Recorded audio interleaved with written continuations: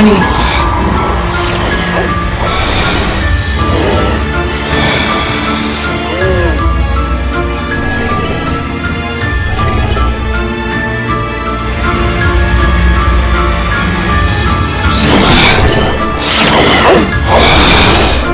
It's the Cheese Goblin!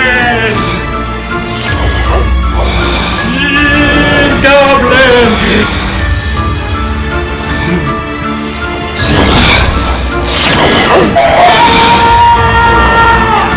When you're done, it's Wayne Wednesday.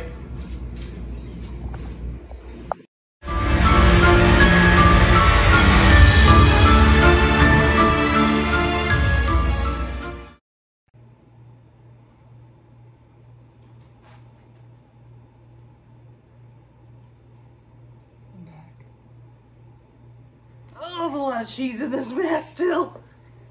Hey, I hope you've enjoyed the Cheese Goblin. That was fun. These little skits are really great. Really helps kind of get us all together and just have something fun. As, like, you know, on the side, filmmakers is something that me and my husband both enjoy. He is actually a full-time filmmaker where I am just a hobbyist, if you will. I've done a couple of film directions and I truly, truly love it. So my cats are having a party in there, so we're just gonna leave them alone. So hey guys, thank you for joining me. It's Losing Forward. I am Shannon, your host. So my last video was in May 5th and today is June 9th. And pretty much the length of time, wow, it was almost a month. Wow, I can't believe I left you guys that long. Well, I do apologize. At that point of trying to lose weight and working so hard, like I was putting in 20,000 steps a day sometimes, and then I was eating really good and I was going to bed and getting some sleep. I realized it still wasn't losing the weight. I mean, it was starting to gain and it didn't even really matter. So I was just so done. You know, have you ever felt that way where you were just like, I'm just done. I was doing everything I knew to do in the book. I tried almost everything. And I was just like, I had it. I was just so upset. I was only losing like 0.3, 0.2, like it was minimal, very minimal. The fact is that I was losing, but it just didn't seem like it was enough. And yeah, I'm older, but just last year, or 2 years ago, I was dropping weight like that whenever I did any of these things. I picked up my walking, I picked up my exercise, I started jump roping.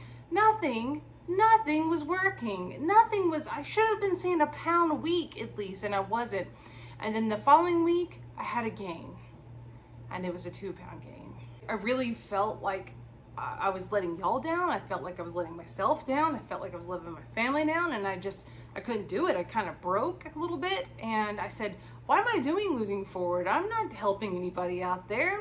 I'm not doing anything for anyone.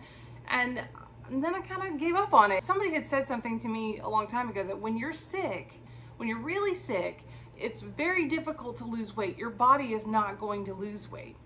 And I didn't realize how true that was.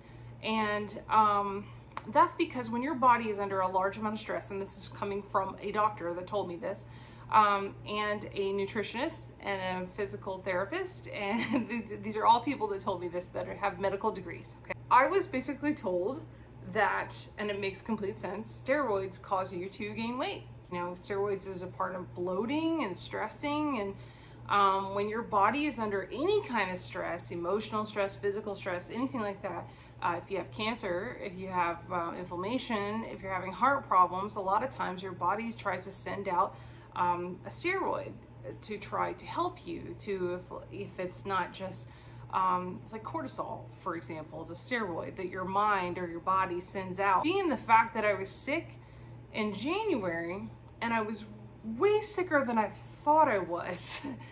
Let's just put it this way, guys. I was really sick in January. I wasn't losing the weight, even though I was trying as hard as I can. And I didn't give it enough time. That's basically it. That's where I'm trying to get to it. The situation is that my doctor said, think of it like a broken arm, okay? You break your arm, you have to set your arm back into place, and then you gotta put a cast on it, and you gotta leave it alone. Let it rest and let it heal. Well, in January, I was very, very sick, and my body was pushing out steroids because it was under a huge amount of stress. Steroids causing you to gain weight caused me to not lose the weight. I was losing, but I was losing at such a minimal amount. That's because my body was under a tremendous amount of stress. So I got really sick in January. I ended up with a severe inflammation. It's a long, long story, but your CRP levels are supposed to be between a 0 and 1.0. So I'm going to read this to you really fast so that you understand what CRP is. This is not just from Google, this is from a medical professional. And C-reactive proteins, also called CRP, a high level of CRP, the blood is a marker of inflammation, okay? It can be caused by a wide variety of conditions from infection to cancer. And high CRP levels can also indicate there's inflammation in the arteries around the heart or around the temporal arteries in your brain to cause a stroke. And you could be at a higher risk of a heart attack or stroke. Okay, so let's discuss this. In January, my CRP levels, again, normal, 0 to 1.0. My CRP levels was a 12.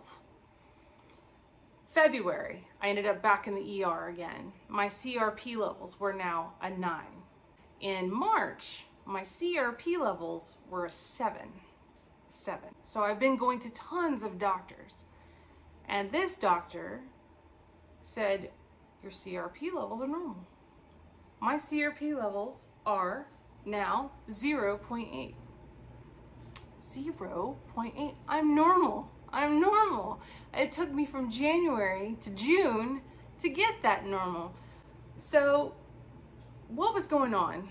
Well, I had a serious amount of inflammation that was causing from an autoimmune disease, and there was an inflammation that was probably causing some of the problems and the pain and severe headaches. So when I went into the doctor, we're just gonna be quick here. When I went into the doctor, they kept trying to put me on prednisone because that is the only thing that they can do for you when you have inflammation. You just have to kind of take it that way. The problem is that coming out the door, and I'm now thinking about it, I'm kind of glad he did do it this way because I probably would have taken it, but he prescribed me with 55 milligrams of prednisone. Now with diabetes, prednisone altogether is really bad for you. So it could actually kill you. So I said I got a second opinion and I wanted to use the steroids smaller. Knowing what steroids had done to my mother, I was very, very frightened of this. My mother died at 49. She was under a lot of medication and steroids was a big one. Prednisone was a big one. So I'm really, really cautious to it, and I know what it can do, and it can do more harm to your body than good. And then a friend of mine said, you know, the food you eat can heal you, and the food you eat can kill you. And I knew that, but I guess I never sunk it into this little brain here. And it makes complete sense. So I started looking up and researching what was an anti-inflammatory foods. What would stop the massive amount of pain and joint stiffness that I was under? And I'm telling you, it was horrible. There were times where I really did think I was dying, and I'm not over-exaggerating. I'm not being a child. It was very, very painful. I would sleep at night with an ice pack, and it turns out that there are certain foods that cause that inflammation, but it's just kind of the way the life is now. Okay, so if food can heal you and can kill you, so what would an anti-inflammatory food diet do? And how fast would it work? Because we're talking CRP levels at a 12, that's pretty high, and could cause some serious problems. So I said, okay, so what do we do? So I looked it up, and I started taking 1,000 milligrams of turmeric with black pepper. And apparently turmeric is very important to have turmeric with black pepper because it's an activator. I didn't know that. Actually, my boss told me that, and I'm really grateful for that. But you have to have turmeric with black pepper. So I take 1,000 milligrams of turmeric a day. They have pills, they have supplements. I take about 3 of them every morning. And I also have a cup of blueberries in the morning. I would make these shakes, which was like pineapple and ginger. Ginger's a great anti-inflammatory. And cucumbers are really great. So I'd make these shakes and stuff like that. And then I would also eat like fiber and broccoli and just things like that that try to help with the inflammation. As a matter of fact, oranges were a big one, although diabetes was really difficult to keep eating them, but oranges was one of those big ones. So the problem was when I gave up on May 5th after that, and where I realized I went to go weigh in for my next Wednesday weigh-in, I gained weight, and I was so upset. At that point, I had turned around on the scale and I said, I can't do this. I can't let them down. I can't let my family down. I can't let myself down. I'm so done with this. I'm so fucking done. When I finally saw the right doctor and I was an advocate for myself, I didn't give myself enough time to heal, because being sick, my body was releasing a steroid to help me, and it was working. And the food was working. Everything I did was working. And I healed myself from January to now. And I have a CRP level of 0.8. So, guys, that's where I'm at. I broke just like everybody else does. I gave up. I felt like I was letting people down. And that's not what losing forward's about. Losing forward's not about... It's about breaking down, and it's about sharing it together so that we can figure it out together, right? It's paying it forward by figuring out I'm having a hard time here, and I'm here to see what you have done. So in a way, I did let you down, and I am sorry, but I think I have my mind straight now, and that's what I needed to do. So I'm going to go weigh in, and we're going to start again. And I know right now that there is going to be some damage at the scale. I'm going to take it in, and then we're going to talk about what I'm going to do. All right, I'll be right back.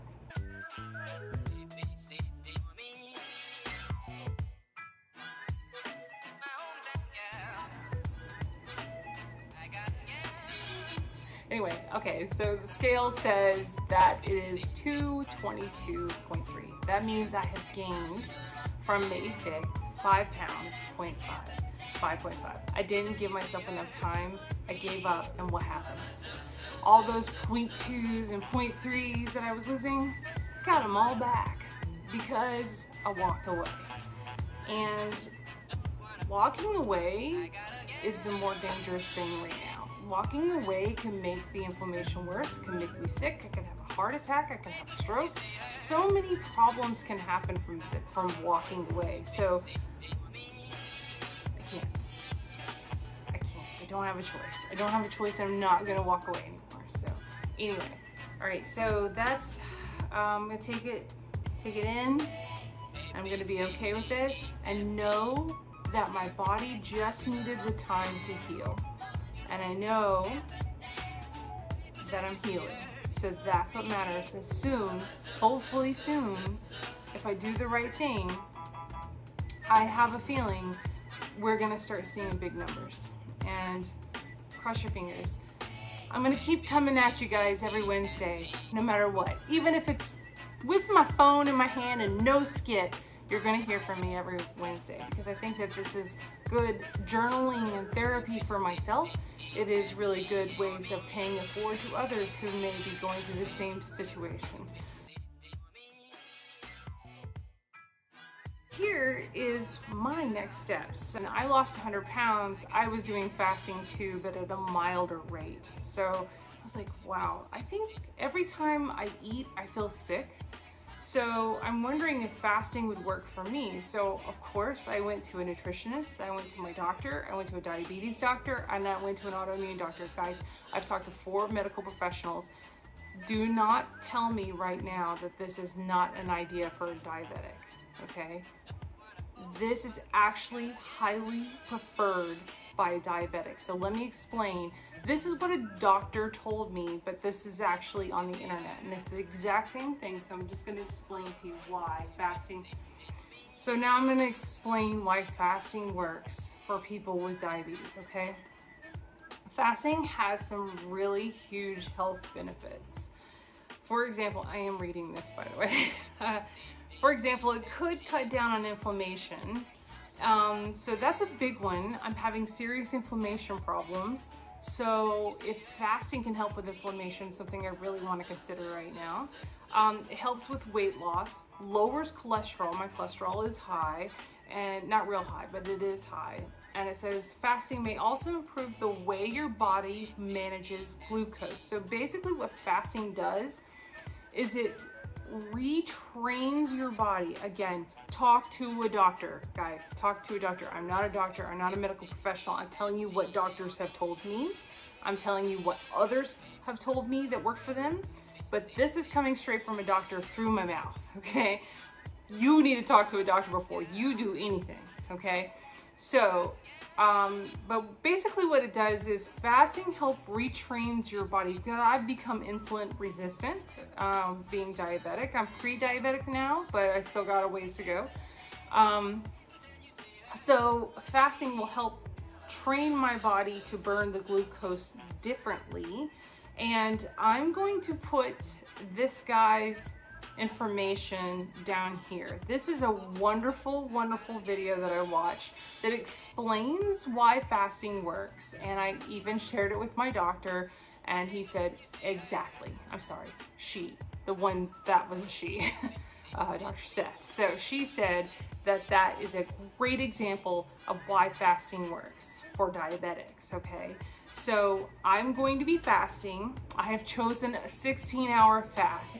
Fasting includes while you're sleeping, so I stop eating around 7:30, and from 7:30 on, I can have anything that is no calories and no carbs. So I have water, tea, you know, anything with, you can have technically like diet sodas and stuff, but they really don't recommend it because it's got all these artificial sweeteners in it, and it's just gonna trick your brain into burning glucose differently again. So they just suggest don't do diet sodas. I've never liked diet sodas. I think they're gross, but no offense, but I don't drink soda anyway, but I do drink a lot of tea. So I'm drinking kombucha tea, which is also kombucha and green tea, kombucha green tea, and that is a really, really great anti-inflammatory antioxidant. I have it every morning instead of coffee, so that's gonna help too. So I start my fasting at 7:30. It goes from 7:30 on around and while I sleep, and when I wake up, I try to go for a little bit of a walk or an exercise. I'm not focused on getting steps in, guys. I'm focused on healing. So I will walk. I'm not saying I'm not gonna exercise, but I'm just gonna choose exercises that I can do that are fun, maybe on the Oculus and stuff like that. And then I start to eat again around 10:30, 11:30, right around there, sometimes 12:30, depending on how late dinner is. Break your fast with bone broth, and I didn't think about that. Proteins and fats or carbs, okay? So you have a choice. Either you wake up in the morning, you break your fast with carbs, or you break your fast with protein and fats. So I've tried both. This morning I tried to do a carb fast break. I felt pretty good. It was a keto waffle, had a little bit of carbs in it, not much. Put some butter on it with some fats and some fruits, some anti-inflammatory fruits as always. Also took my turmeric this morning, and there you go. So I felt pretty good, and today is the first day I have not had a 5-hour energy drink, and it's been a long, long time, and I am really excited about that. That's been very hard for me. So yeah, so that's what I'm doing. And accountability, guys. So what I'm gonna start doing is every day I'm still counting my calories. That's very important, because you can fast and then unfast and then go eat. And you can eat 2,000 to 3,000 calories, and that's not gonna be effective at all. So I'm still eating my calories, and counting them. So I'm gonna be putting everything I eat, I'm taking a picture of, and I'm gonna be putting it every night on TikTok of my day. So everything I ate, what's in my Fitbit, how many of the calories there were, what did I eat, and then if there was an exercise I did, I'm gonna add that too. So that'll be on TikTok. I'll also share those TikTok videos with YouTube. I feel like we're starting over again, but I think I have a better frame of mind now. You know, it's better when you're in the know, it's better to walk that journey when you know what's coming ahead. So concentrating on letting my body heal. Here we go, round of fasting, and I'm actually on my fasting now, and I'll get to eat tomorrow at 10:30. So thank you so much for joining me on Losing Forward. I am so sorry this one was so very long. Are you still with me? Thank you so much for your support. Like I said, every Wednesday I will have my phone. No matter what, I'm going to just pick up my phone and say, hey, this week's not a good week, but I'm still here and I'm still with you. That's what matters, right? Paying it forward, staying together, walking and talking through it. So thank you for joining me on my journey, and I will see you next week. Bye.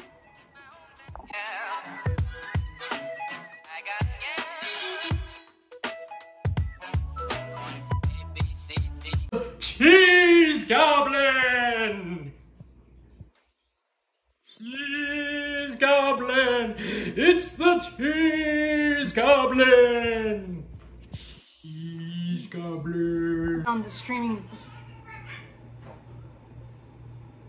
It's with my cats, man. I'm sorry, church. I don't know what we do.